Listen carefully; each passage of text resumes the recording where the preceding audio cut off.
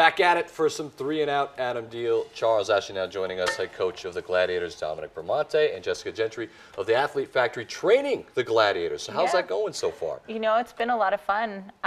This whole season we worked on just keeping the guys' strength during season, working on their endurance, some conditioning, and keeping them as injury-free as possible. So it's been a lot of fun. So how did that partnership come about? Because Albuquerque, we are big in fitness. There's tons of gyms you can go to and work out at. You have some premier MMA places. How did you snag the Gladiators? Because I know you did the work.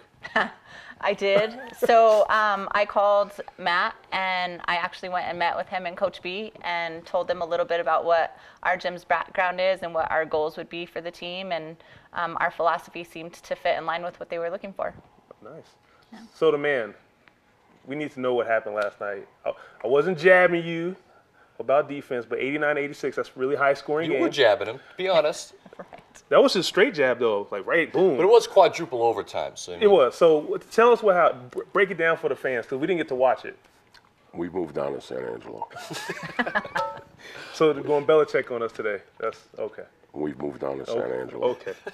So San Angelo, you're going to have to beat them because now you're 3-3. We've moved on to San Angelo. But you got to get to them. Listen. It was extremely frustrating. You know, I've got to do a better job in a game like that. You know, there's no reason why we didn't pull that out. We were in control the entire game. Led after 1, at half after 3. They tie it up with 5 seconds to go in the game. We had offense first. Every possession in overtime and scored. I've got to do a better job. It was one of those games where one decision, whether it had been in the first, second, third, fourth, affected the outcome of the game. So extremely proud of the mighty men of Duke City, proud of their effort. It was extremely hard to play football for that long. The game ended after midnight. Yeah, whoever was tweeting was tweeting into the wee hours. Came back, did not come out of that game with a victory. That's a bitter pill to swallow. Well, let me ask you this. I mean, that game was huge, too. I mean, you could have jumped up in the standings monumentally up to first place, and now everyone's kind of jumbled up right now. Up until that point, we were the only team in the league that controlled our own destiny when it came to the #1 seed. Right. That's gone. Now we're in a situation where we have to win out. And I believe if we have to win out, the highest seed that we could possibly get probably is a 3 by winning out. So it was an extremely huge loss. You know, Amarillo, the loss for the win for them means they get to still stay alive, because if they would have lost, chances are they were out. So both teams were scratching and clawing.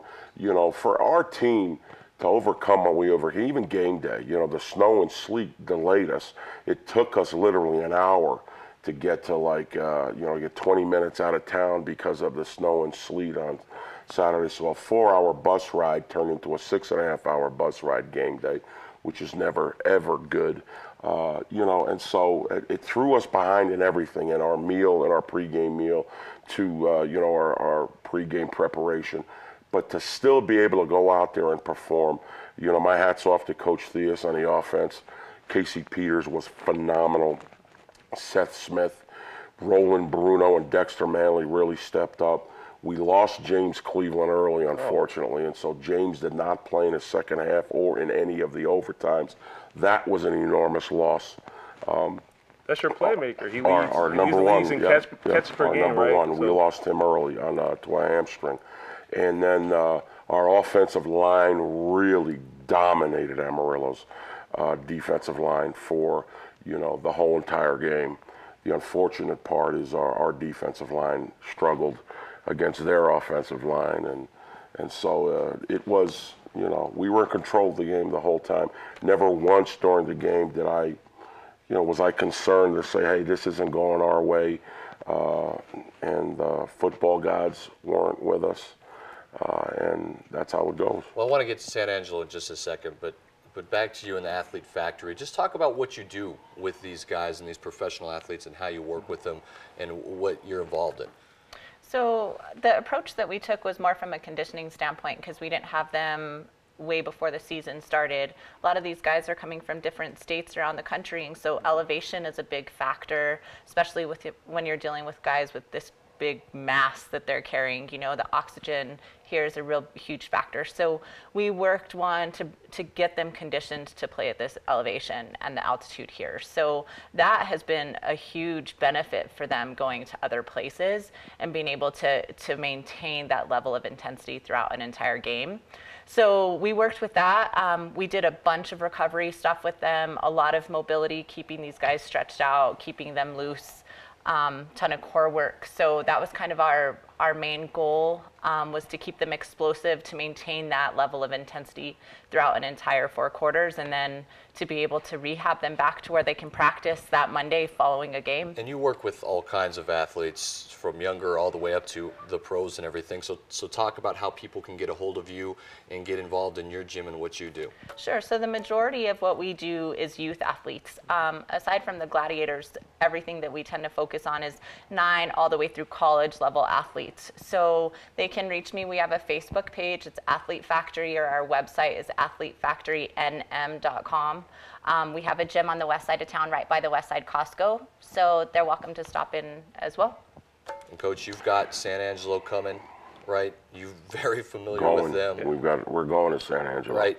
Last road game, right? Angelo. You have 2 more. Right. And We then, have 2. then we got to find somebody. The hill, San the Angelo. mountain that we have to climb is really, it's not fair. You beat San we Angelo play twice, San though. Angelo on a Monday night. Next Monday night we play them, and then we go to Dallas 3 nights later. Oh. So our games next week are San Angelo Monday night and in Dallas Friday night. Talk about so recovery. we have 2 games in a span of 5 days. So 2 it's not football fair. games. This is Right. not You know, like basketball exactly. and baseball. 2 So football it's, the lost Saturday. Do you feel like you have to win them both? We do have to win them both. It's to get into the top 4 for the playoffs. We out have of to the win So how do 9 you teams. prepare and then for we that, have to dude? win Salina, which is when we come back in Right. June. How do you prepare for that, knowing that you have to win out, but you're playing in such a short time span? Or you can't rest players. You have to give it all you got, but there has to be some strategy. We're that's going into the short stretch. we're in sudden death right now. Yeah, suck it up. So that's it. That's the only thing that you can do. The only thing that you can do is what is your intestinal fortitude? How much do you believe in the cause? And let's go forward. It is what it is. We'll show up in San Angelo and give it our best. You just played San Angelo not too long ago at San Angelo. Right. This will be the 3rd time that you guys have played. We Right. played at home with the win. Right. You beat them on the road, so you've got to do it again. Right. Talk about them. I think the running They game know each- worked you know real each other well well. against San Angelo Right. both times. Well, Wendell Davis is over there now. He started out the year as the head coach of the Texas Revolution. Wendell's turned that roster over. And so, it's going to be a battle when we go there. The first 2 wins, they're out the window. As you know, you guys are sports guys and very astute sports guys. I know that nice, huh? It's extremely hard to beat a team 3 times. Extremely hard. Especially twice on the So, road. exactly. And so that's the challenge that we have. We'll answer that challenge. The mighty men of Duke City will answer the challenge. So James Cleveland, you say he's out. How long? I mean, is it day to day? Something? Hamstring strain, pull. What is it? Because the hammy He's got a hammy. is hard to come back from. He's getting treatment every day. He'll be getting treatment now.